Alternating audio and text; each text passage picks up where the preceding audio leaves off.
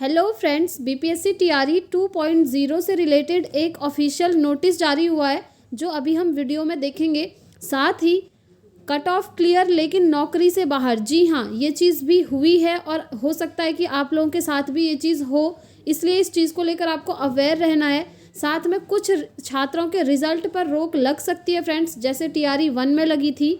और देखिए, जो ओएमआर शीट में मिस्टेक हुई है जिन स्टूडेंट्स के द्वारा, उनको लेकर भी एक अपडेट है। तो सारी चीज़ें हम डिटेल में जानते हैं फ्रेंड्स। अगर आप चैनल पर नए हैं तो चैनल को सब्सक्राइब ज़रूर कर लीजिएगा ताकि ऐसे ही ऑथेंटिक इन्फॉर्मेशन आपको मिलती रहे।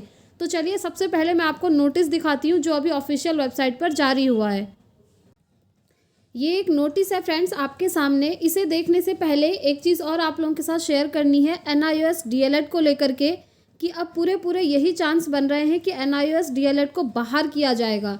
देखिए, अगर ये बाहर हो जाते हैं तो आपकी कट ऑफ में बहुत ज़्यादा डिफरेंस देखने को मिलेगा। आपकी कट ऑफ काफ़ी कम जाएगी उसके बाद। इसके बारे में अभी हम डिटेल में देखेंगे अभी। तो चलिए, सबसे पहले नोटिस देख लेते हैं। आप देख पा रहे होंगे, कार्यालय जिला शिक्षा पदाधिकारी औरंगाबाद। देखिए, ये औरंगाबाद का है, जिला कार्यक्रम पदाधिकारी औरंगाबाद। यहाँ से हम देख लेते हैं मेनली ये किस चीज़ के रिगार्डिंग है। देखिए, ये आया है आपका 19 दिसंबर 2023 को।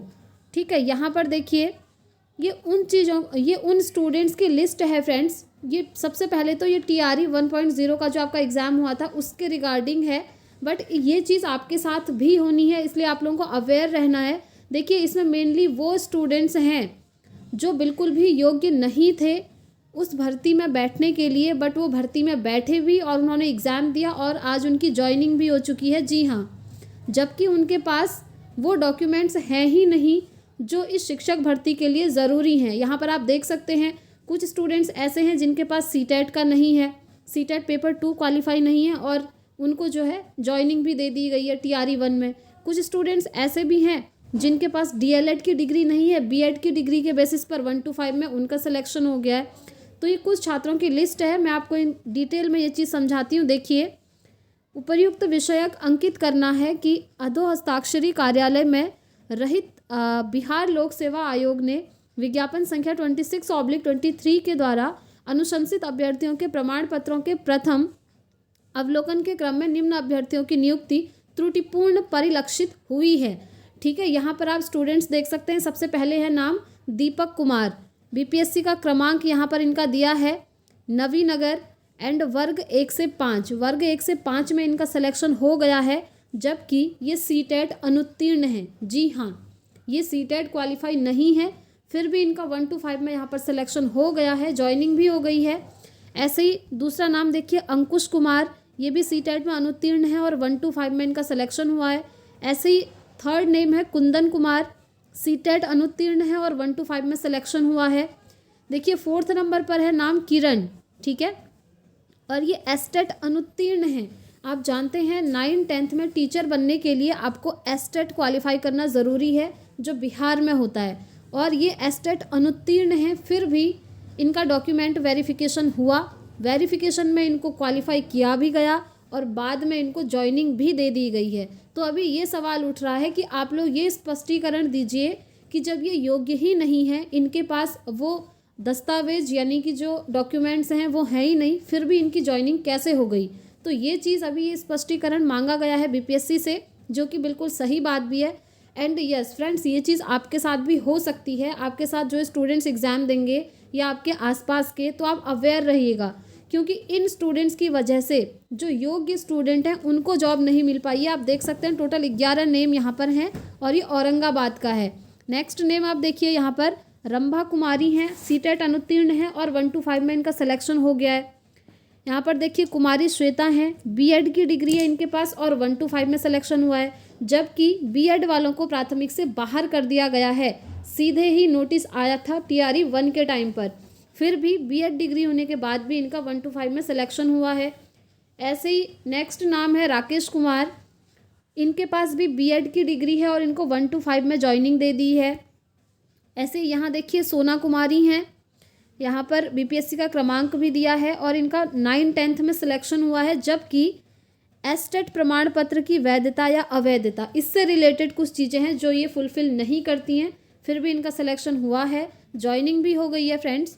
एंड आप देख सकते हैं कुमारी शशिकला, ठीक है, इनका भी 1 to 5 में सिलेक्शन हो गया है, जबकि इनके पास सेकेंडरी टीचर ट्रेनिंग प्रमाण पत्र नहीं है, ठीक है। तो आप देख सकते हैं ये सारी लिस्ट है उन स्टूडेंट्स की TRE 1 की जिनके पास डॉक्यूमेंट नहीं है, उसके बाद भी इनको यहाँ पर ज्वाइनिंग दे दी गई है।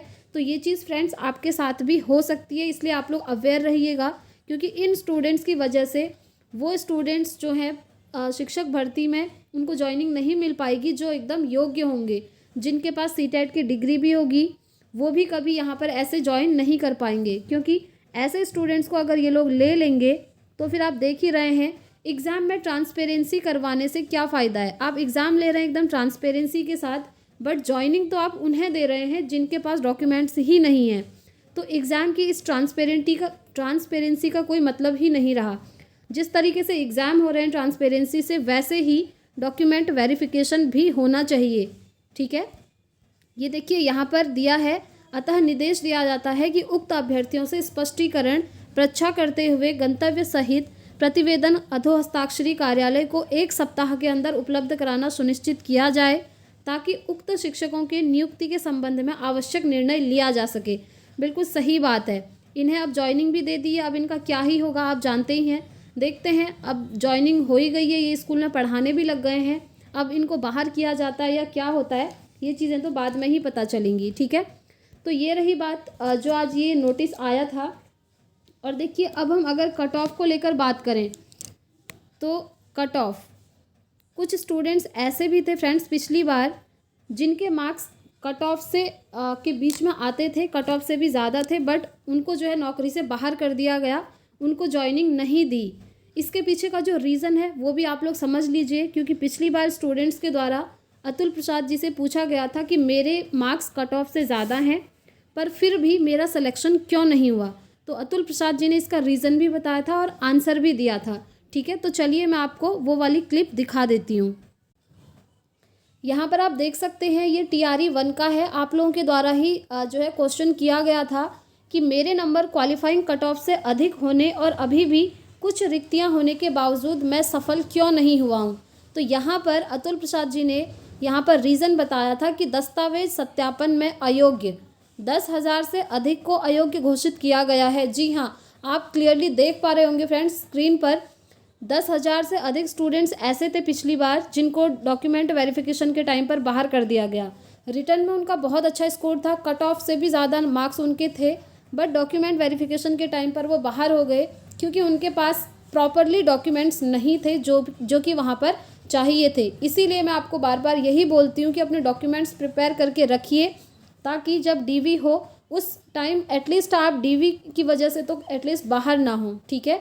तो आप डॉक्यूमेंट्स अपने सारे प्रिपेयर कर लीजिएगा। क्या क्या डॉक्यूमेंट्स चाहिए हैं वो मैं आपको ऑलरेडी सारी चीज़ें क्लियर कर चुकी हूँ इससे पहले वाली वीडियो में, ठीक। आई होप आप लोग ये सारी चीज़ें समझ गए होंगे। अब फ्रेंड्स हम एक बार बात कर लेते हैं OMR शीट को लेकर के। तो देखिए बहुत सारे स्टूडेंट्स के साथ हुआ है, OMR शीट में मिस्टेक हुई है। कुछ स्टूडेंट्स के कमेंट्स आते हैं कि हमने एक क्वेश्चन में 2 गोले भर दिए हैं तो क्या अब हमारा रिजल्ट नहीं आएगा। कुछ स्टूडेंट्स का कहना ये है कि हमने 2 गोले तो नहीं भरे हैं, 1 गोला पूरा भरा है पर दूसरे वाले में हल्का सा डॉट हुआ है, तो क्या उससे कोई फ़र्क पड़ेगा या नहीं पड़ेगा। तो देखिए आप लोग क्लियरली समझ लीजिए, अगर छोटा सा भी डॉट है ना, स्कैन के टाइम पर वहाँ पता चल जाता है। जब आपकी OMR शीट की स्कैनिंग होगी तो वहाँ पर उन्हें पता चल जाएगा। और ये चीज़ अतुल प्रसाद जी ने खुद बोली हुई है कि पहले ही इंस्ट्रक्शन दिया था आपको एडमिट कार्ड में कि आप लोग एक क्वेश्चन में 2 गोले ना भरें, सिर्फ 1 ही गोला भरें। बट बहुत सारे स्टूडेंट्स ने 2 गोले भर दिए हैं या किसी ने एक छोटा सा डॉट लगा दिया दूसरे गोले में, तो वहाँ पर क्या होगा कि उस क्वेश्चन का आपको नंबर नहीं दिया जाएगा फ्रेंड्स। आपका रिजल्ट तो आएगा बट उस क्वेश्चन में आपको नंबर नहीं दिया जाएगा, ठीक है। ये चीज़ आई होप आप लोगों को समझ आ गई होगी। नेक्स्ट हम बात कर लेते हैं। देखिए भाषा अर्हता तो समाप्त कर ही दी है इन्होंने। 6 to 8, 9, 10th एंड 11, 12th में जो आपका 30 मार्क्स का भाषा था उससे अब कोई मतलब नहीं है, इसको एकदम शून्य मान लिया है। इसमें कोई पास हुआ है फेल हुआ है कोई मतलब नहीं है, सबको एक ही कैटेगरी में इन्होंने रख लिया है। हो सकता है कुछ, हो सकता है नहीं फ्रेंड्स। यहाँ पर मैं प्रूफ भी दिखा देती हूँ कि पिछली बार भी BPSC TRE 1 में काफ़ी सारे स्टूडेंट्स भाषा के पेपर में फेल हुए हैं। यहाँ देखिए 2nd नंबर का जो क्वेश्चन है आप लोगों के द्वारा ही पूछा गया था, टीआरई 1 होने के बाद कि कुछ सफल अभ्यर्थियों से मेरी संख्या अधिक होने के बावजूद मैं सफल क्यों नहीं हुआ हूँ। और इसका रीज़न अतुल प्रसाद जी ने दिया है कि भाषा के पेपर में असफल करीब 4,800 लोग भाषा के पेपर में असफल हुए हैं। जी हाँ, टीआरई 1 में लगभग 4,800 लोग ऐसे थे फ्रेंड्स जो भाषा के पेपर में फ़ेल हो गए थे। और जब वो भाषा के पेपर में ही फ़ेल हो गए तो मेरिट में उनका नाम आने का मतलब ही नहीं है, क्योंकि पिछली बार भी और इस बार भी नोटिफिकेशन में क्लियरली दिया था कि जो भाषा का पेपर है क्वालिफाइंग नेचर का है और आपको उसे क्वालिफाई करना पड़ेगा। 30 मार्क्स का पेपर है, आपको 9 मार्क्स उसमें से लाने होंगे। अगर आप 9 मार्क्स नहीं ला पाते हैं तो आप वहाँ से बाहर हो जाओगे। उसके बाद मेरिट आपकी देखी नहीं जाएगी। उसके बाद जो 120 नंबर का आपका पेपर बचा, उसमें चाहे आपने कितना ही अच्छा स्कोर क्यों ना किया हो, अगर आप भाषा में फ़ेल हो जाते हैं, क्वालिफाई नहीं कर पाते हैं, तो आप यहीं से बाहर हो जाओगे। और पिछली बार ये चीज़ हुई, आप देख सकते हैं। अब इस बार तो इन्होंने भाषा अर्हता को ख़त्म कर दिया है। दैट मीन्स जो स्टूडेंट्स भाषा में फ़ेल भी हुए होंगे अब वो पास माने गए हैं। ठीक है, तो भाषा में फ़ेल होने वाले स्टूडेंट्स भी अब यहाँ पर शिक्षक बन सकते हैं, क्योंकि बीपीएससी टीआरई में फ्रेंड्स कभी भी कुछ भी हो सकता है। कितने सारे संशोधन हो रहे हैं, आप देख ही रहे हैं, कितनी चीज़ें चेंज हो रही हैं। सबसे आप देख ही रहे हैं, डेली कुछ ना कुछ नोटिस आ रहा है। पहले NIOS DLED को लेकर नोटिस आया कि अगर आप लोगों के पास बीएड की डिग्री है तो आप बीएड की डिग्री का चयन कीजिए। उसके बाद भाषा अर्हता को ख़त्म करने का इन्होंने नोटिफिकेशन निकाला कि भाषा अर्हता एकदम शून्य मानी जाती है। ठीक है, ऐसे बहुत सारे नोटिस इन्होंने निकाले थे, आप जानते ही हैं। सेकेंड प्रोविज़न आंसर की आई, तो सेकेंड प्रोविज़नल आंसर की आने के बाद आप लोगों ने देखा कि 8 से 10 नंबर स्टूडेंट्स के कम हो गए हैं, क्योंकि 8 से 10 क्वेश्चन इन्होंने ऐसे आंसर उनके बताए जो पिछली वाली आंसर की में कुछ और थे और सेकंड प्रोविज़नल आंसर की में इन्होंने कुछ और ही बता दिए। तो नोटिस तो पर डे यहाँ से कुछ ना कुछ निकल ही रहे हैं।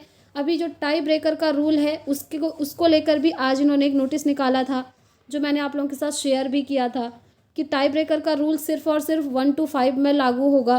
और वो भी कैसे होगा, 1 to 5 में भाषा के जो 30 मार्क्स हैं उनको इन्होंने मान्यता दी है और बोला है कि भाषा के जो 30 नंबर हैं इनको मेरिट में काउंट नहीं करा जाएगा, बट टाई ब्रेकर रूल के अकॉर्डिंग इसको लागू किया जाएगा। और वो रूल क्या है, वो रूल यही है कि अगर 2 या 2 से अधिक स्टूडेंट्स ऐसे होते हैं जिनके 120 में से इक्वल मार्क्स आ जाते हैं, तो उसके बाद उनका भाषा में स्कोर देखा जाएगा। जिसके भाषा में ज़्यादा मार्क्स होंगे उसका वहाँ पर सिलेक्शन होगा। एंड अनफॉर्चुनेटली भाषा में भी उन स्टूडेंट्स के मार्क्स इक्वल हो जाते हैं तो फिर उनका डेट ऑफ बर्थ देखा जाएगा। ठीक है, यानी कि उनकी एज देखी जाएगी। एंड अनफॉर्चुनेटली एज में भी वो एक जैसे निकले, समान हो गए, तब क्या होगा, तब फ्रेंड्स आपके नेम की स्पेलिंग देखी जाएगी। यानी कि अल्फ़ाबेटिकली जो सबसे पहले जिसका नाम आएगा उसी का जो है वहाँ पर सिलेक्शन हो जाएगा। तो ये है आपका टाई ब्रेकर का रूल। इसको लेकर भी कल ही नोटिस निकला था, कल भी मैंने आप लोगों के साथ ये चीज़ शेयर कर दी थी। तो फ्रेंड्स यही सारी इन्फॉर्मेशन देनी थी। आई होप आपको सारी चीज़ें समझ में आ गई होंगी। देखिए, हम ये कह सकते हैं कि भर्ती में कहीं ना कहीं घोटाला तो हो ही रहा है, क्योंकि मैंने अभी आपको जो नोटिस दिखाया था वहाँ पर 11 स्टूडेंट ऐसे हैं जिनके पास वो डॉक्यूमेंट्स हैं नहीं और फिर भी जो है अभी उनकी ज्वाइनिंग हो गई है और वो स्कूल में पढ़ा रहे हैं। कोई 1 to 5 में पढ़ा रहा है जिसके पास CTET नहीं है, कोई 9th 10th में पढ़ा रहा है जो STET पास नहीं है। तो आप लोग देख सकते हैं। अभी देखते हैं रिजल्ट आने तक और कौन कौन से संशोधन होते हैं फ्रेंड्स। सबसे पहले तो सब्जेक्ट कॉम्बिनेशन को लेकर एडिट करने का इन्होंने मौका देना चाहिए, ताकि स्टूडेंट्स से जो मिस्टेक हुई है वो सही कर पाएँ। और सबसे बड़ी मिस्टेक तो BPSC की है, जो एग्ज़ाम से एक दिन पहले भी नोटिस निकाल कर आपको बोल रहा है कि आप जो है सब्जेक्ट कॉम्बिनेशन को एडिट कर लीजिए। तो इसको लेकर इन्होंने कुछ ना कुछ एक एडिट का मौका ज़रूर देना चाहिए, ताकि आप लोग ये चीज़ें सही कर पाएँ। देखिए, ऐसी कोई ऑफिशियल अपडेट आएगी तो आपको यहाँ से बता दिया जाएगा, इसलिए आप चैनल को ज़रूर सब्सक्राइब करके रखें, ताकि जैसे ही कोई अपडेट आए आपको टाइम से पता चल सके। और देखिए फ्रेंड्स, NIOS DLED की अगर हम बात करें ना, तो ये यही चाह रहे हैं कि NIOS DLED वाले बाहर हो जाएं। इसीलिए इन्होंने ये नोटिस निकाला है कि अगर आपके पास BEd की डिग्री है तो आप उसका सिलेक्शन करें। जैसे TRE 1 में BEd वालों के लिए निकाला था, सेम चीज़। ठीक है, तो ये चीज़ ये करना चाह रहे हैं। एंड अगर NIOS DLED बाहर हो जाता है फ्रेंड्स, तो जो आपकी कट ऑफ है ना वो कम जाएगी, डेफिनेटली कम जाएगी, क्योंकि जो NIOS DLED वाले स्टूडेंट्स हैं वो लगभग 50 से 55% तक हैं और मोस्टली बिहार के स्टूडेंट्स जो हैं NIOS DLED वाले ही हैं। तो इसीलिए अगर NIOS DLED बाहर होता है तो आपकी कट ऑफ कम जानी ही है। अब ऐसा भी नहीं है कि 10-15 नंबर कम चली जाएगी कट ऑफ, ऐसा नहीं होगा, बट हाँ 5 से 6 नंबर हम मान सकते हैं कि कट ऑफ जो आपकी कम हो सकती है। ये 5 से 6 नंबर में जनरल UR अनरिजर्व कैटेगरी की बात कर रही हूँ, बाकी अदर कैटेगरीज़ में इससे 2-3 मार्क्स और कम जाएगी कट ऑफ। ठीक है, तो देखते हैं कि NIOS DLED को ये शामिल करते हैं या फिर नहीं करते हैं, लेट्स सी। कोई भी नोटिफिकेशन आएगा तो आपको बता दिया जाएगा। तो इस वीडियो में इतना ही रखते हैं फ्रेंड्स, मिलेंगे अब हम कल नेक्स्ट अपडेट के साथ। Thanks for watching.